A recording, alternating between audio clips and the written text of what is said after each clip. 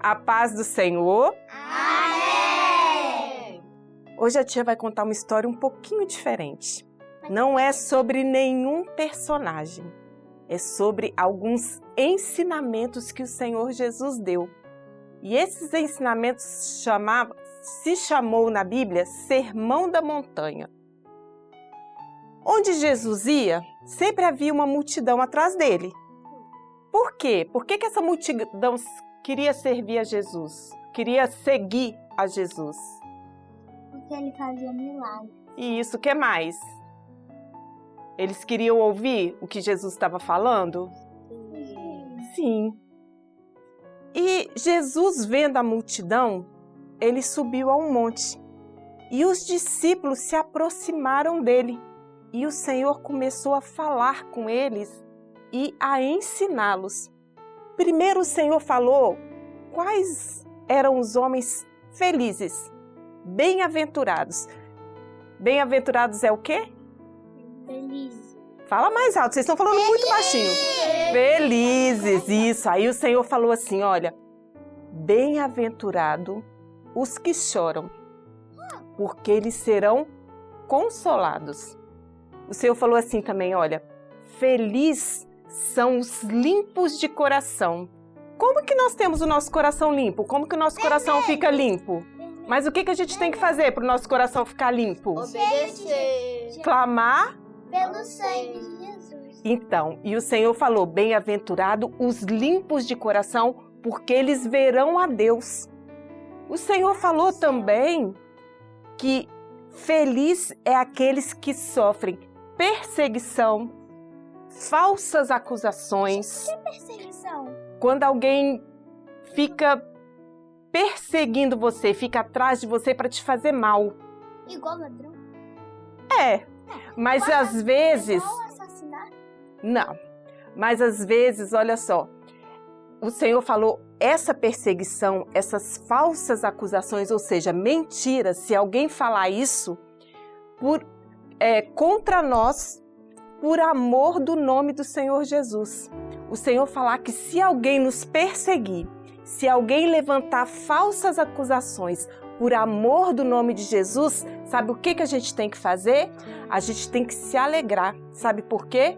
Porque grande será a nossa recompensa no céu. E o Senhor começou também a dar alguns ensinamentos. Olha, o Senhor deu um ensinamento muito sério. Ele falou que a gente não pode adorar a Deus se a gente tiver raiva de alguém. Sabia? Se a gente tiver de mal do coleguinha, de mal do irmão, de mal do papai, da mamãe, da professora, a gente não pode adorar a Deus. O Senhor falou assim, ó, primeiro você tem que fazer as pazes com Ele e depois adorar a Deus. Outro ensinamento que o Senhor fez, e que esse eu acho muito difícil, mas o servo do Senhor consegue. Ele falou assim que nós temos que amar os nossos inimigos e aqueles que nos maltratam. Difícil isso, né?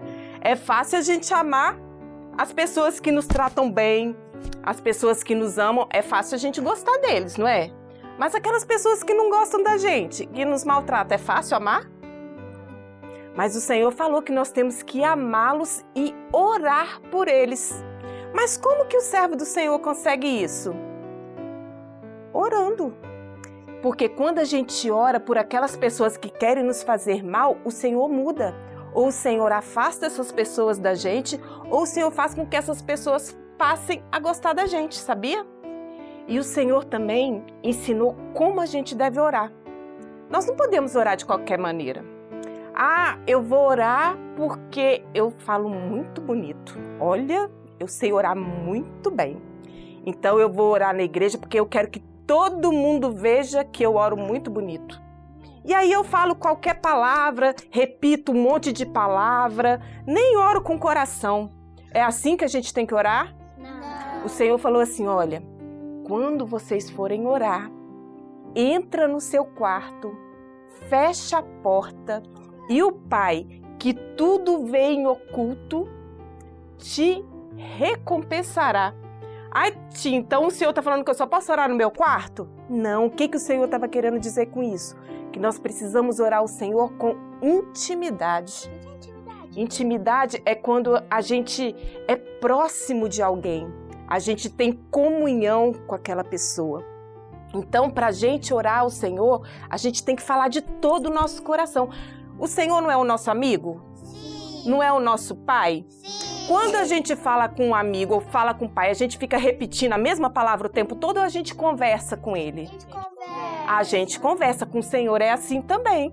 Então o Senhor fala que nós temos que conversar com Ele, nós temos que ter comunhão, nós temos que sentir a presença dEle. E o Senhor deu muitos outros ensinamentos. Foram 3 capítulos de Mateus, Mateus 5, Mateus 6 e Mateus 7, só de ensinamento. Mas a tia não vai falar agora, que senão o nosso tempo vai ficar grande. Mas ele terminou esses ensinamentos falando o seguinte: aqueles que ouvem as minhas palavras e as praticam, eles são iguais a um homem prudente que edificou a sua casa sobre a rocha. A tia tá apontando bem para a areia, não é? É na rocha. E aí a palavra fala assim, ó: vieram ventos, vieram chuvas, vieram rios e a casa não caiu. Porque a areia, quando ela molha, ela... Isso, nós vamos ver daqui a pouquinho. E aí, o Senhor falou assim: agora, aqueles que ouvem essas minhas palavras e não praticam, eles são iguais ao homem tolo, ao homem imprudente, que edifica a sua casa sobre a areia. E aí vem a chuva, e aí vem os ventos, vem o rio e a casa desaba. Vamos ver se é assim que funciona? Ó, essa casa está firmada onde? Numa rocha. E essa casa está firmada na areia. Então o Senhor falou que via as chuvas, faz de conta que essa é uma nuvem. Ó, vamos jogar em cima dela. O que aconteceu? Nada. Permaneceu? Não, nada, só molhou o teto, ó. Ficou intacta. E aqui na areia? Ó. Ó, o que acontece? A água. Por quê? Porque a areia sustenta uma casa? Não. De jeito nenhum. E a casa, ó, desabou.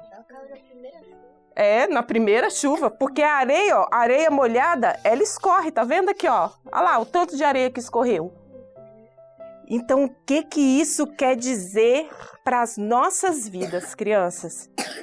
A nossa vida, quando ela está firmada no Senhor Jesus, que é a rocha eterna, pode vir qualquer coisa, qualquer problema, qualquer dificuldade, qualquer situação que vier, nós não seremos abalados. Olha aqui, ó.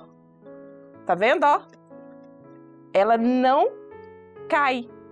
Por quê? Porque ela está firmada na rocha.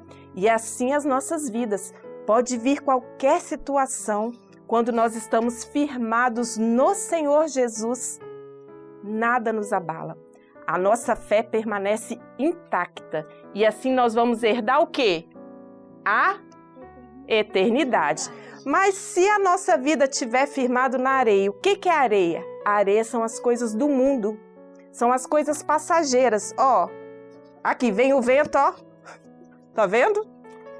Qualquer coisa. Vem a chuva, cai tudo. Por quê? Porque ela não tem como sustentar na areia. As coisas do mundo são assim, são passageiras. E se a gente firmar a nossa vida nas coisas do mundo, nós só teremos prejuízos. E sabe qual é o pior prejuízo que nós vamos ter? Não vamos herdar o céu. Tem prejuízo maior que esse?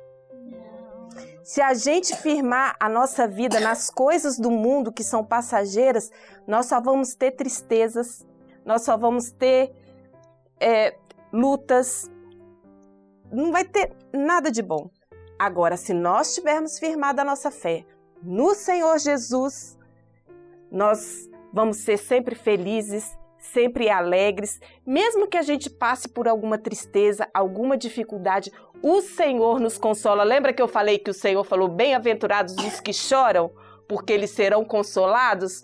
Por quê? Porque eles estão firmados a sua fé, não em coisas passageiras, mas no Senhor Jesus, que é a rocha eterna. Então, crianças, cada um de vocês, lembre-se disso, a fé de vocês não pode estar depositada no mundo, nas coisas passageiras, e sim no Senhor Jesus, que é a rocha eterna, porque assim nós iremos herdar a eternidade. Amém?